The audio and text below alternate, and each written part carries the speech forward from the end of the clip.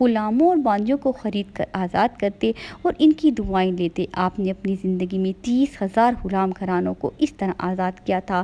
حضور پاک صلی اللہ علیہ وآلہ وسلم نے دمت الجندل کی طرف سیریا روانہ فرمایا تو عبد الرحمن بن عوف رضی اللہ تعالیٰ عنہ کو سپہ سالار بنایا اور سر پر خود اپنے دست مبارک سے دستار باندھی۔ ساتھ ہی اجازت مرحمت فرما دی کہ اگر تمہیں فتح نصیب ہو تو وہاں کے حاکم کی بیٹی سے نکاح کر سکتے ہو۔ فتح کے بعد عبد الرحمن بن عوف رضی اللہ تعالیٰ عنہ نے حاکم کی بیٹی تمازر سے شادی کی۔ ان کے صاحبزادے حضرت ابو سلمہ انہی کے وطن سے تھے۔ حضور پاک صلی اللہ علیہ وآلہ وسلم کی دنیا سے رخصت ہو جانے کے بعد عبد الرحمن بن عوف نے امہات المومنین کے اخراجات کا خاص خیال رکھا۔ آپ صلی اللہ علیہ وآلہ وسلم فرمائے گئے تھے، میرے بعد میری ازواج مطہرات کی نگہداشت رکھنے والا سچا اور بہت نیک ہوگا۔ امہات المومنین کی خدمت کا جو حق عبد الرحمن نے ادا کیا وہ کسی کو نصیب نہ ہوا۔ ایک بار بہت بڑی جاگیر خریدی اور بنو زہرہ کے مفلس و مہاجرین امہات المومنین پر تقسیم فرما دی۔ ام المومنین عائشہ صدیقہ رضی اللہ تعالیٰ عنہ کو ان کا حصہ پہنچا تو فرمایا، اللہ ابن عوف کو جنت کے چشمے سلسبیل سے سیراب فرمائے۔ رسول پاک صلی اللہ علیہ وآلہ وسلم ہمیں فرما گئے تھے کہ نیک اور سچے لوگ تمہارا خیال رکھا کریں گے۔ ایک بار 40,000 کا ایک باغ امہات المومنین کے لیے وقف کر دیا۔ اس مالداری کے باوجود انہیں فقراء پر رشک آتا تھا۔ اگرچہ زبان نبوت سے جنت کی بشارت مل چکی تھی مگر اپنے انجام کا خوف رہتا تھا۔ ایک مرتبہ افطار کے لیے بیٹھے تو کہنے لگے، مصعب بن عمیر رضی اللہ تعالیٰ عنہ شہید کر دیے گئے اور وہ مجھ سے نیک تھے، ان کو انہی کی چادر میں کفن دیا گیا۔ وہ چادر اس قدر چھوٹی تھی کہ اگر ان کا سر ڈھانکا جاتا تو پیر کھل جاتے، اگر پیر ڈھانپے جاتے تو سر کھل جاتا۔ پھر فرمایا، حمزہ رضی اللہ تعالیٰ عنہ قتل ہو گئے اور وہ مجھ سے بہتر تھے، پھر دنیا ہمارے لیے کشادہ کر دی گئی، جس قدر کشادگی آئی بس اندیشہ ہے کہ کہیں ہماری نوکیوں کا بدلہ ہمیں دنیا میں ہی نہ مل جائے۔ یہ کہہ کر اتنا روئے کہ کھانا چھوڑ دیا۔ ایک مرتبہ روٹی اور گوشت سالن سامنے آیا تو رو پڑے۔ پوچھا گیا کہ آپ کیوں رو رہے ہیں؟ فرمایا، حضرت صلی اللہ علیہ وآلہ وسلم نے وفات تک جو کی روٹی پیٹ بھر کر نہیں کھائی اور نہ آپ کے گھر والوں نے۔ ایک بار 40,000 دینار کی کوئی زمین خریدی، ساتھ ہی دولت کی اس کثرت پر پریشان ہوئے اور ام المومنین ام سلمہ رضی اللہ تعالیٰ عنہ کے پاس حاضر ہو کر عرض کیا، لگتا ہے میں ہلاک ہو جاؤں گا، قریش کا سب سے دولت مند شخص میں ہی ہوں۔ انہوں نے کہا، اللہ کے راستے پر خرچ کرو۔ ایک بار خواب دیکھا کہ جنت میں گھسٹ گھسیٹ کر داخل ہو رہا ہوں۔ بیدار ہوتے تو فرمایا، میرا خیال ہے کہ جنت میں مفلس لوگ ہی جائیں گے۔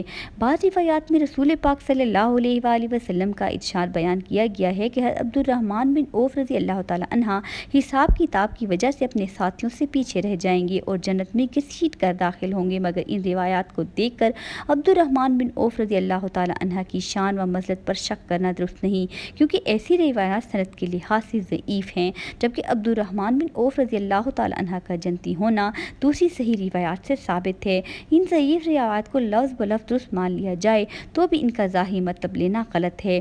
حافظ ذہنی رحمۃ اللہ عنہ ان روایات کی سند پر جرح کے بعد فرماتے ہیں، بہرحال عبد الرحمن بن عوف رضی اللہ تعالیٰ عنہ کا حساب کتاب کی وجہ سے اپنے ساتھیوں سے پیچھے رہ جانا اور جنت میں گھسیٹ کر داخل ہونا استعارے اور محاورے کے طور پر ہے، ورنہ جنت میں ان کا مقام حضرت علی رضی اللہ تعالیٰ عنہ اور حضرت زبیر رضی اللہ تعالیٰ عنہ سے نیچے نہیں۔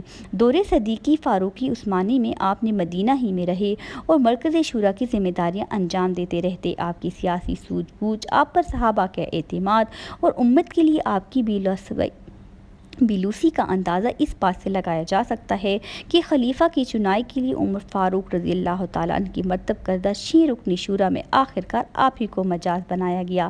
آپ چاہتے تو خلافت کو اپنے یا اپنے قریبی رشتہ داروں حضرت سعد بن ابی وقاص رضی اللہ تعالیٰ عنہ کے نام کر دیتے، مگر آپ نے پوری دیانتداری کے ساتھ امت مسلمہ کے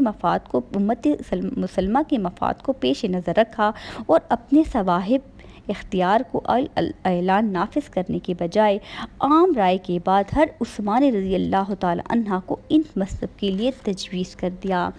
وفات سے پہلے وصیت میں بھی بڑی سخاوت کا مظاہرہ کیا۔